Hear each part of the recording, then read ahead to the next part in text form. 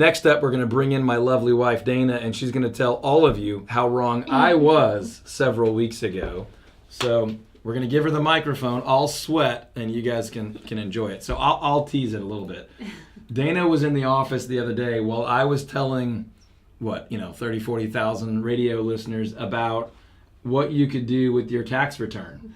And I could hear her laughter as I walked down the hall. So you can tell them where I was being an idiot. Well, no. I mean, this is not that big of a deal. But as your wife, I feel it a requirement of mine to correct you when I hear something wrong. It's the right thing to do. It's a sharpening. It's a Proverbs 27:17 So let's situation. just be clear. Everyone should file a tax return. Mm-hmm. Yeah, usually. And then some people will get a refund. You're saying those are different things. And they're different. The terminology is slightly different. As a CPA, I wanted to correct you. Mm-hmm. Thank you for that. And most people probably wouldn't hear that, but I had to tell you.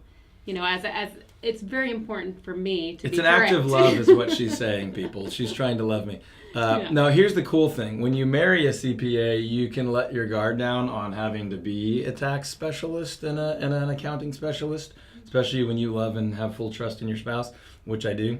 But I said probably 37 times during that hour-long show, we talked about using your tax return to put a down payment on a house. That's not a thing. That's not something. You can't spend your tax return. It's not money. It's a document. And I know that, but I got hung up on the wording, and I said tax return a lot of times when I should have been using the term tax refund. It's okay. We'll all forgive you. Thank you. Well, you can't speak for everyone. Dana forgives me. I will ask forgiveness of the city of Dallas and Fort Worth and all cities in between now. But I will say this. We are, as a show, I am not a tax professional. I am not an attorney. So you always want to check with your go-to professional on all these things. We want to make the absolute best effort we can to give you great information and to help you avoid mistakes and find advantages in your residential real estate world.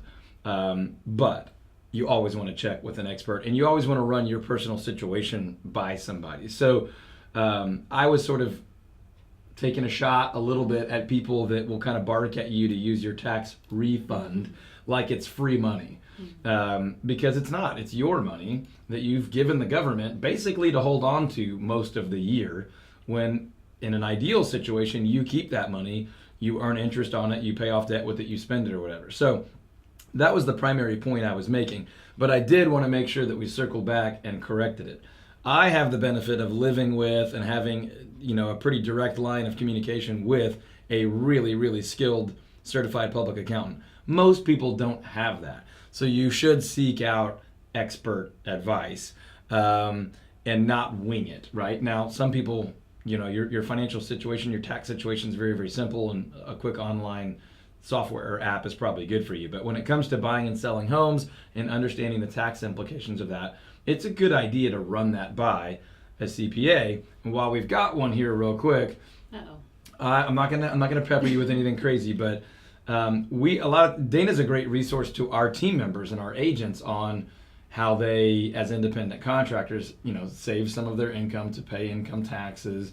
A lot of our clients want to know things like, am I going to have to pay capital gains if I sell my house and things like that. So do you just want to offer a thought or two on how people, like certain documents people should be saving and things they should be thinking about when it is time to do those tax returns? Sure. So if you ever are selling a house, it's always really important, especially if you sell in less than 2 years and it's your primary residence, or even above. Sometimes there are exclusions of your gain, but it's really important to always keep accurate documentation of what you paid for the house, the costs you paid, and even over the years, the improvements that you've made to the house, so that when you go and sell it, you have accurate information on what they call cost basis. So when you're calculating the gain on your sale, if there is one, if it's relevant, you'll know those numbers and you'll have them documented, because that's always the most important thing when it comes to the IRS, is to have that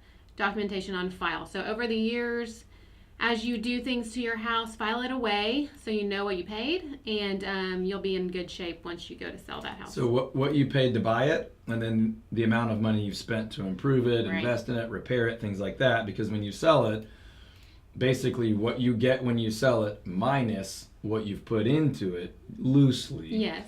is going to be what you've gained from it. Now, I wrote a book about this. It's a little tiny short book. It's very easy to read. If you're a client of ours, we'll give you a copy. Otherwise, it's online for like 99 cents on Amazon. But the point is, we're big fans of what we call a 2-year flip. Now, it could be more than 2 years, but it needs to be at least 2 years. And the moral of that story is that if it's been your primary residence for a while, then those gains are tax-free. Now, there's a few minor restrictions, but basically, if you've lived in a home and it's been your primary residence for 2 or more years, as a single person, up to $250,000 of those gains are tax-free for you. As a married couple, up to $500,000 of profit, of gains from your house is tax-free. I don't know of very many other places that you can earn $500,000 and not pay taxes on it. So it's important to document this stuff. It's important to know the tax rules, and it's important to take advantage of it when you have a chance. Sometimes people feel awkward about that phrasing, take advantage of it. It's important to fully benefit from the laws that were written to incentivize you to own a home and to occasionally move and get a new home, a better home, a smaller home, or whatever. So I get to live with a really smart tax accountant, and I want to share some advice with you. But remember, I am not a tax accountant, and we always recommend that as you go through these opportunities in your life, that you consult with a good, trustworthy tax professional that understands your situation. But we felt that it was important for you to be able to humble me a little bit and hear my wife correct me publicly in front of tens of thousands of people. So thank you for coming in and clearing that up. You're welcome. She also loves to speak publicly, so this was really smooth and easy for her. Anyway, it's always fun to get your wife on the air with you. So.